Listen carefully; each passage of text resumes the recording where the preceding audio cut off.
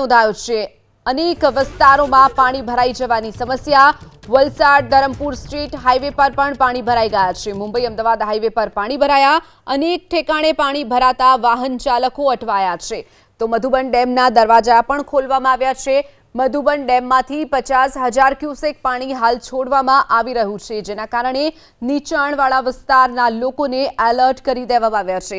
જે હાઈવેના દ્રશ્યો આપ જોઈ રહ્યા છો, સ્ટેટ હાઈવે છે, જે મુંબઈથી અમદાવાદને જોડતો હાઈવે છે, ત્યાં પણ પાણી ભરાઈ જવાની સમસ્યા સામે આવી છે। વધુ વિગતો સાથે સંવાદદાતા બ્રિજેશ શાહ આપણી સાથે ફોન લાઈન પર છે। બ્રિજેશ, વલસાડમાં પણ સારો એવો વરસાદ નોંધાયો છે, પરંતુ ઠેક ઠેકાણે પાણી ભરાયા છે, હાઈવે ઉપર પણ પાણી ભરાઈ ગયા છે। બ્રિજેશ, જિલ્લાની અગર વાત કરીએ તો સૌથી વધુ વરસાદ કપરાડામાં 9.75 ઇંચ છેલ્લા 24 કલાકમાં પડી ચૂક્યો છે, ત્યારે પારડી અને વલસાડમાં પણ 4.5 ઇંચ અને 2.5 ઇંચ જેટલો વરસાદ પડી ચૂક્યો છે। ઉમરગામમાં પણ 2.2 ઇંચ વરસાદ પડ્યો હતો। વાપીમાં જ્યારે 4.5 ઇંચ જેટલો વરસાદ પડ્યો તો નેશનલ હાઈવે નંબર 48 પર એની સીધી અસર દેખાઈ હતી।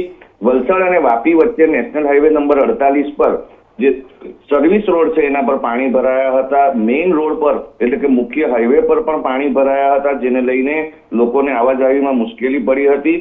વલસાડ જિલ્લામાં સાર્વત્રિક ખૂબ જ વરસાદ મોડી રાત્રે પણ પડ્યો છે અને વહેલી સવારે પણ હાલ વરસાદ પડી રહ્યો છે, જેને લઈને એની અસર જનજીવન પર સ્પષ્ટપણે દેખાય છે।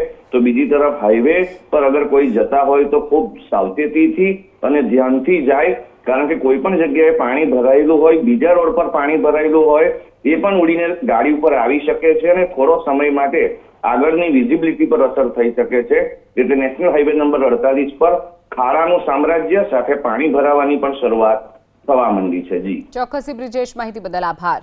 તો વલસાડનું જે સ્ટ્રીટ હાઈવે છે ત્યાં પાણી ભરાઈ ગયા છે। બીજી તરફ અમદાવાદ મુંબઈને જોડતો જે હાઈવે છે તેના પર પણ પાણી ભરાયા છે, જેના કારણે વાહન ચાલકો અટવાયા હતા।